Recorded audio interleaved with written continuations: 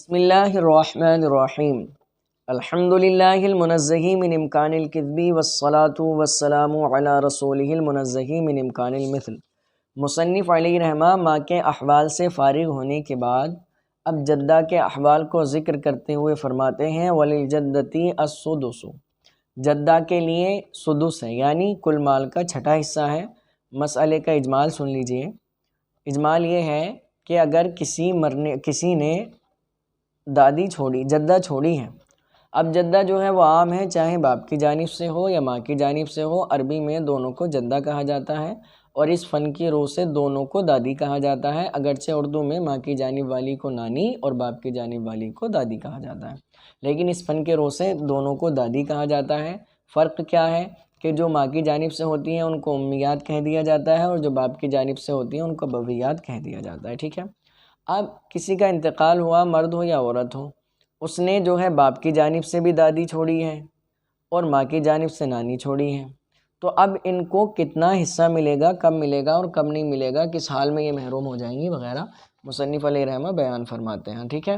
تو دیکھیں، اب دادی اگر ایک ہے، چاہے ماں کی جانب سے ہو یا باپ کی جانب سے ہو، تو اس کو کل مال کا چھٹا حصہ مل جائے گا، اور اس میں بھی شرط یہ ہے کہ وہ جدہ صحیحہ ہو، اور اگر ایک سے زیادہ ہیں تو اس میں دو شرطیں ہیں، ایک تو جدہ صحیحہ ہو وہ، اور پھر درجے میں برابر ہوں، یعنی دونوں کی میت کی طرف نسبت کرتے ہوئے یا تو ایک واسطہ ہو یا دو واسطے ہوں یا تین واسطے ہوں، یعنی سب کے برابر واسطے ہوں، کسی کا آگے پیچھے نہ ہو کہ کوئی ایک واسطے سے دادی نانی ہے، کوئی دو واسطوں سے، کوئی تین واسطوں سے، تو جو قریب والی ہوگی وہ دور والی کو کیا کر دے گی، ساقط کر دے گی، محجوب کر دے گی، ٹھیک ہے۔ دیکھیں اب یہ کیسے ہم پہچانیں گے کہ کون جدہ صحیحہ ہے اور کون جدہ فاسدہ ہے، اس کی تعریف سن لیں۔ جدہ صحیحہ کو پہچاننے کا بہت آسان سا طریقہ ہے، دو ماؤں کے درمیان اگر جد فاسد آ جائے، دو ماؤں کے درمیان جد فاسد آ جائے تو وہ دوسری والی ماں جو دور ہے میت سے وہ کیا ہوگی، جدہ فاسدہ ہوگی۔ مثال کے طور پر دیکھیں، ماں ہے، ماں کی ماں کیا لگی، نانی، تو یہ جدہ صحیحہ ہے۔ اسی طرح ماں کی ماں وہ بھی کیا لگی، پر نانی، وہ بھی جدہ صحیحہ ہے۔ اب لیجئے ادھر کیا ہوا، ماں کا باپ، تو ماں کا باپ کیا ہوا، نانا، پھر نانا کی جو ماں ہے وہ بھی لگی تو پر نانی، وہ بھی ہے تو جدہ، لیکن وہ جدہ صحیحہ نہیں ہے، جدہ فاسدہ ہے۔ کیوں؟ تعریف ہم نے کیا کی تھی، دو ماؤں کے درمیان جد فاسد آ جائے تو وہ کیا ہوگی، وہ دوسری والی جو ماں ہوگی، جدہ ہوگی، وہ جدہ فاسدہ ہوگی۔ اب دیکھیں، ماں کا باپ نانا ہوا، پھر نانا کی جو ماں ہے وہ بھی ہے تو نانی لیکن وہ جدہ فاسدہ ہے۔ کیوں؟ اس لیے کہ بیچ میں نانا آ گیا، اور نانا کیا ہے، جد فاسد ہے، اور یہ بتا دیا گیا کہ جد فاسدہ وہ ہوگی کہ دو ماؤں کے درمیان جد فاسد آ جائے، تو اب یہ جو نانا کی ماں ہے یہ کیا ہے، جد فاسدہ۔ اسی طرح نانا کے ماں کی ماں وہ بھی جد فاسدہ، اسی طرح پر نانا کی ماں، اکڑ نانا کی ماں، کھکڑ نانا کی ماں، جتنے بھی اوپر تک ہیں تو یہ سب کیا ہوں گی، جدہ فاسدہ۔ یہ ایک دم آسان طریقہ ہے جدہ فاسدہ کو پہچاننے کا۔ اب جدہ صحیحہ کون کون ہے، دیکھیں، پہلے باپ کی جانب سے آ جائیں، باپ کی جانب میں باپ کی ماں یعنی دادی، یہ جدہ صحیحہ ہے۔ اب پھر دادی کی ماں اسی طرح اوپر تک، اب اسی طرح باپ کی ماں دادی ہو گئی، اور پھر دادی کی ماں، ماں کی ماں، ماں کی ماں اوپر تک، پھر آ جائے دادا، دادا کی ماں، اب دادا کی ماں، پھر دادا کی ماں کی ماں اوپر تک، پردادا، پردادا کی ماں، پھر اوپر تک، اسی طرح۔ تو ادھر سے یہ لسٹ ہو گئی۔ اب ماں کی طرف آ جائیں تو ماں میں کیا ہوگا، ماں کی ماں یعنی نانی، پھر نانی کی ماں، پھر نانی کی ماں کی ماں، یہ سب کیا ہیں، جدہ صحیحہ ہیں۔ پہچان کا طریقہ یہی ہے کہ اگر کوئی دو ماؤں کے درمیان جد فاسد آ رہا ہے تو وہ جدہ فاسدہ ہوگی، دور والی، اور اگر جد فاسد نہیں آ رہا ہے تو یہ جدہ صحیحہ ہوگی۔ اور ایک شرط کیا ہے کہ درجے میں برابر ہوں، درجے میں کیا ہوں، برابر ہوں، تو کیا ملے گا، چھٹا حصہ ملے گا، اور وہ چھٹا حصہ ان تمام میں برابر تقسیم کر دیا جائے گا۔ درجے میں برابر ہونے کی مثال، مثلا زید کا انتقال ہوا، زید نے دادی چھوڑی اور نانی چھوڑی، زید نے دادی چھوڑی اور نانی چھوڑی، تو یہ دونوں دادی اور نانی درجے میں برابر ہیں، میت کی طرف جب نسبت کرتے ہیں تو صرف ایک واسطہ آتا ہے، لیکن کیا ہے، زید نے دادی چھوڑی، نانی تو نہیں چھوڑی، نانی کی ماں چھوڑی یعنی پر نانی چھوڑی، تو اب جو پر نانی ہے وہ درجے سے اوپر پہنچ گئی، یعنی اس کی میت کی طرف نسبت کرتے ہوئے دو واسطے آ رہے ہیں، تو اب وہ جو دور والی ہے اس کو حصہ نہیں ملے گا، ٹھیک ہے۔ تو اب عبارت دیکھ لیجئے، فرماتے ہیں وَلِلْجَدَّةِ السُّدُسُ، جدہ کے لیے چھٹا حصہ ہے، لِأُمٍّ كَانَتْ أَوْ لِأَبٍ، ماں کی جانب سے ہو یا باپ کی جانب سے ہو، واحدتاً كانت أو أكثر، ایک ہو یا ایک سے زیادہ ہو، کب؟ اذا کننا ثابتات، جبکہ وہ ثابتات ہوں، ثابتات سے مراد یعنی صحیحات ہوں، جدہ فاسدہ نہ ہوں، متحادیات فی الدرجتی، اور اسی طرح درجے میں برابر ہوں جیسا کہ آپ کو بتا دیا گیا۔ یہ تو ان کو چھٹا حصہ مل جائے گا، کب ملے گا وہ بتاتے ہیں۔ فرماتے ہیں کہ اگر ماں موجود ہے یا باپ موجود ہے یا دادا موجود ہے تو ان کا کیا ہوگا؟ فرماتے ہیں وَيَسْقُطْنَ كُلُّهُنَّ بِالْأُمِّ، یہ تمام کی تمام ماں سے ساقط ہو جاتی ہیں، یعنی چاہے نانی ہو دادی ہو اوپر تک، اگر ماں موجود ہے تو ان میں سے کسی کو کچھ نہیں ملے گا، ٹھیک ہے۔ وَالْأَبَوِيَّاتُ أَيْضًا بِالْأَبْ، اور اسی طرح کیا ہے، باپ کی وجہ سے باپ کی جانب والی دادیاں سب ساقط ہو جاتی ہیں، یعنی باپ موجود ہے تو نہ دادی کو ملے گا، نہ دادی کی ماں کو، اسی طرح اوپر تک نہ پردادی کو ملے گا، نہ پردادی کی ماں، اسی طرح اوپر تک، یعنی باپ کی جانب سے جتنی بھی ہیں سب ساقط ہو جائیں گی، اور ماں کے جانب والی وہ ساقط نہیں ہوں گی، ان کو ملے گا۔ مثلا کسی کا انتقال ہوا، اس نے باپ چھوڑا ہے اور نانی چھوڑی ہے، تو باپ کے ہوتے ہوئے نانی کو حصہ ملے گا، لیکن اور دادی بھی چھوڑی ہے ساتھ میں تو دادی کو نہیں ملے گا، ٹھیک ہے۔ فرماتے ہیں وَكَذَلِكَ بِالْجَدِّ، اسی طرح دادا کی وجہ سے بھی ساقط ہو جاتی ہیں باپ کی جانب والی، الا ام الاب، مگر باپ کی ماں، باپ کی ماں یعنی دادی دادا کے ہوتے ہوئے ساقط نہیں ہوگی، اس لیے کہ میت سے جو نسبت ہے وہ دادا کی وجہ سے نہیں ہے، وہ میت کے باپ کی وجہ سے ہے، کیونکہ وہ تو میت کی کیا ہے، دادی ہے، نہ کہ دادا کی ماں، تو اس لیے دادی دادا کے ہوتے ہوئے ساقط نہیں ہوگی۔ اسی طرح اگر دادا نہیں موجود ہے اور نہ ہی دادی موجود ہے بلکہ پردادا موجود ہے اور پردادی موجود ہے، تو پردادی پردادا کے ہوتے ہوئے ساقط نہیں ہوگی، یعنی بیویاں ساقط نہیں ہوں گی ان کی، ٹھیک ہے۔ وَإِنْ عَلَتْ، اگرچہ اوپر تک ہو، فَإِنَّهَا تَرِثُ مَعَ الْجَدِّ، تو یہ دادا کے ساتھ بھی وارث بنیں گی، کیوں؟ لِأَنَّهَا لَيْسَتْ مِنْ قِبَلِهِ، اس لیے کہ وہ ان کی جانب سے جو ہے ان کے واسطے سے قرابت نہیں ہے بلکہ باپ کے واسطہ سے ہے۔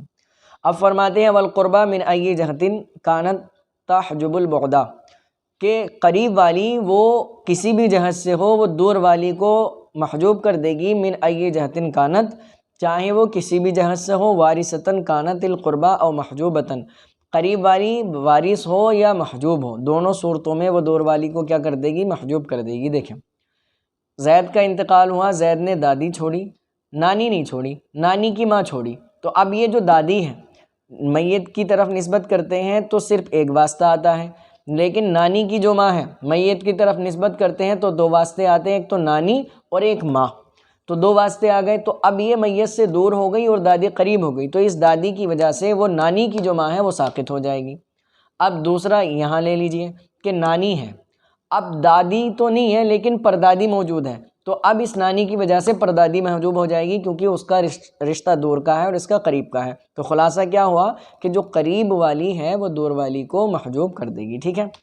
اب یہ بھی انہوں نے کہا کہ قریب والی وارث ہو یا محجوب ہو، دونوں صورتوں میں وہ دور والی کو کیا کر دے گی؟ محجوب کر دے گی۔ اس کی مثال مثلا زید کا انتقال ہوا، زید نے باپ چھوڑا، دادی چھوڑی اور نانی کی ماں چھوڑی۔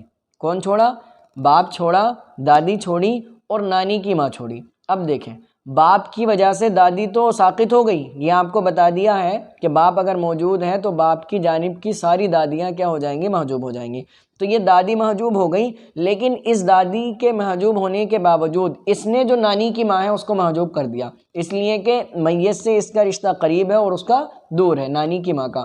اگر نانی کی ماں کی جگہ نانی موجود ہوتی تو اس کو محجوب نہیں کرتی، کیونکہ درجے میں دونوں برابر ہیں، ٹھیک ہے۔ آگے فرماتے ہیں اب مسئلہ یہ ہے کہ اگر دو جدہ اس نے چھوڑی ہیں یا دو سے زیادہ چھوڑی ہیں، ایک کی رشتہ داری میت سے صرف ایک واسطے سے ہے اور ایک کی دو یا تین واسطے سے ہے، تو کیا یہ جو قرابت داری ہے ایک کی ایک واسطہ سے اور ایک کی دو یا تین واسطوں سے، تو کیا اس قرابت داری کا فائدہ ملے گا کہ دو واسطے والیوں کو دو حصے ملیں، تین واسطے والی کو تین حصے ملیں اور ایک واسطے والی کو ایک حصہ ملے؟ تو اس کا معاملہ کیا ہے؟ دیکھیں امام محمد علیہ رحمہ فرماتے ہیں کہ جس کی جتنی قرابت داری ہوں گی، جتنے واسطوں سے وہ رشتہ دار بنے گی میت کی، اس کو اتنے حصے ملیں گے۔ امام ابو یوسف علیہ رحمہ فرماتے ہیں کہ نہیں، یہاں ابدان دیکھے جائیں گے کہ جتنے لوگ موجود ہیں، اب چاہے 50 واسطہ سے کہ میت کے رشتہ دار نہ ہو، ان کو ایک ہی واسطے کا حصہ ملے گا، ہر واسطے سے حصہ ان کو نہیں ملے گا، یعنی جدہ کو جو ہے ایک ہی واسطے سے حصہ ملے گا۔ ابدان دیکھے جائیں گے کہ بدن کے اعتبار سے کتنے ہیں، تو رشتے کے اعتبار سے اگرچہ وہ دادی بھی بن رہی، نانی بھی بن رہی ہیں، لیکن بدن کے اعتبار سے تو ایک ہی ہے، تو اس کو ایک ہی حصہ ملے گا۔ اور امام اعظم علیہ رحمہ کا بھی یہی قول ہے اور فتویٰ بھی اسی پر ہے۔ تو فرماتے ہیں کہ وَإِذَا كَانَتِ الْجَدَّةُ ذَاتَ قَرَابَةٍ وَاحِدَةٍ، کہتے ہیں جیسا کہ جب کہ جدہ ایک قرابت والی ہو، کا امی ام الاب، جیسا کہ باپ کی ماں کی ماں، تو باپ کی ماں کی ماں کون ہوئی؟ نانی۔ باپ کی ماں کی ماں نانی کہہ لیجئے، دادی کہہ لیجئے، ٹھیک ہے۔ والاخری، اور دوسری ذاتہ قرابتین، اور دوسری دو قرابت والی ہو، یعنی دو طرح سے میت سے اس کا رشتہ ہو، او اکثر یا اس سے زیادہ ہو۔ کیسے؟ کا امی ام الام، جیسا کہ ماں کی ماں کی ماں، یہ کون ہو گئی؟ ماں کی ماں نانی، اور اس کے بعد پر نانی۔ وہی ایضاً امو اب الاب، اور وہی جو ہے باپ کے باپ کی ماں ہے۔ بہذہ سورہ، اس صورت کے مطابق، جیسا کہ مصنف علیہ رحمہ نے خود اس کو تحریر فرمایا ہے۔ دیکھیں، میت ہے، میت کے نیچے آ جائیے، لکھا ہوا ہے ایک طرف میں 3 مائیں ہیں، ایک طرف سب سے پہلے باپ ہے، اس کے نیچے 2 مائیں ہیں، اور بیچ میں ایک باپ ہے۔ دیکھیں، میت کی ماں ہے، پھر میت کی ماں کی ماں یعنی نانی ہے، پھر میت کی ماں کی ماں یعنی پرنانی ہے۔ اب دوسری طرف میت کا باپ ہے، باپ کی ماں ہے، پھر باپ کے ماں کی ماں ہے۔ فرماتے ہیں جو میت کی جو ماں ہے، اس کی جو نانی ہے، میت کی ماں کی جو نانی ہے، وہی میت کے باپ کی دادی ہے۔ وہ کیا ہے؟ میت کے باپ کی دادی ہے۔ تو میت کی ماں کی نانی اور میت کے باپ کی دادی دونوں کیا ہوئیں؟ میت کی جدہ ہوئیں، اور 2 رشتے ہو گئے، ایک تو ماں کی جانب سے ہو گیا، ایک باپ کی جانب سے ہو گیا۔ دوسری صورت میں باپ کی طرف آ جائیے، باپ کی طرف میں کیا ہے؟ باپ کی ماں، پھر باپ کے ماں کی ماں، جو تیسرے نمبر پر ہے۔ تو اب یہ جو ہے اس سے میت کا صرف ایک رشتہ ہے، صرف باپ کی جانب سے، اور ماں کے حصے، ماں کی طرف جو تیسری والی ہے، اس سے میت کے 2 رشتے ہیں، ایک تو باپ کی جانب سے اور ایک ماں کی جانب سے۔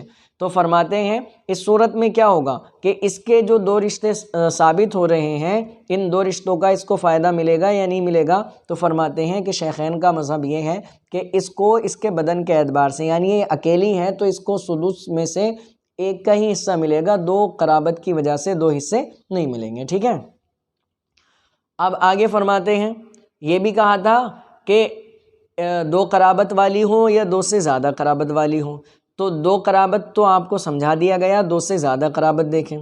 فرماتے ہیں دوسری والی صورت دیکھیں کہ میت ہے، میت کی ماں، پہلی والی سائیڈ میں دیکھیں کہ میت کی ماں ہے، پھر میت کی ماں کی ماں ہے، پھر میت کی ماں کی ماں کی ماں ہے، پھر میت کی ماں کی ماں ہے۔ اب اس میں جو ہے سب سے آخر والی میں 3 قرابتیں ثابت کرنی ہیں، سب سے آخر والی میں 3 قرابتیں ثابت کرنی ہیں۔ دیکھیں، جو میت کی ماں کی نانی ہے وہی میت کے باپ کی بھی نانی ہے، اور پھر جو میت کی نانی کی ماں ہے وہی میت کے دادا کے باپ کی ماں ہے۔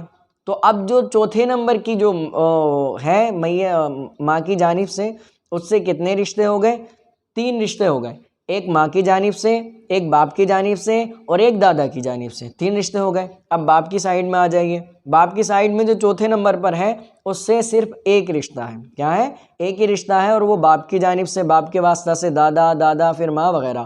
تو فرماتے ہیں اگر یہ دونوں آ جائیں، اوپر والے سب ختم ہو گئے، صرف یہ دونوں موجود ہیں، یعنی چوتھے نمبر والی، تو ان کو ایک سے تو 3 طرح کا رشتہ ہے، 3 جانب سے رشتہ ثابت ہے، ایک سے ایک ہی جانب سے رشتہ ثابت ہے۔ تو فرماتے ہیں امام محمد علیہ رحمہ فرماتے ہیں اب اس سدس کے 4 حصے کیے جائیں گے، اور جس سے 3 طرح کا رشتہ ثابت ہے، 3 جانب سے رشتہ ثابت ہے، اس کو 3 حصے دیے جائیں گے، اور جس سے ایک طرف سے رشتہ ثابت ہے اس کو 1 حصہ دیا جائے گا۔ لیکن شیخین فرماتے ہیں کہ نہیں، یہاں ذات ایک ہے، اگرچہ قرابتیں زیادہ ہیں لیکن ذات ایک ہے تو اس لیے حصہ بھی ایک ہی ملے گا۔ اب سدس کے صرف 2 حصے کیے جائیں گے، ایک اس کو دے دیا جائے گا اور ایک دوسری والی کو دے دیا جائے گا۔ فرماتے ہیں یقسم السدس بینہما، سدس کو ان دونوں کے درمیان تقسیم کیا جائے گا عند ابی یوسف رحمہ اللہ تعالی انصافاً، امام ابو یوسف رحمۃ اللہ تعالیٰ علیہ کے یہاں آدھا آدھا، بے اعتبار الابدان، ابدان کا اعتبار کرتے ہوئے، یعنی ذات کا اعتبار کرتے ہوئے کہ جب ذاتیں 2 ہیں تو حصے بھی 2 ہی تقسیم ہوں گے، ٹھیک ہے۔ وعند محمد رحمہ اللہ تعالیٰ اسلاسن، اور امام محمد علیہ رحمہ کے یہاں 3 حصے کیے جائیں گے بے اعتبار الجہاد، جہاد کا اعتبار کرتے ہوئے، اوپر والے اس میں کہ جس کے 2 جہت سے جو رشتہ ہے، جس کا میت سے اس کو 2 حصے ملیں گے اور جس کا 1 جہت سے ہے اس کو 1 حصہ ملے گا۔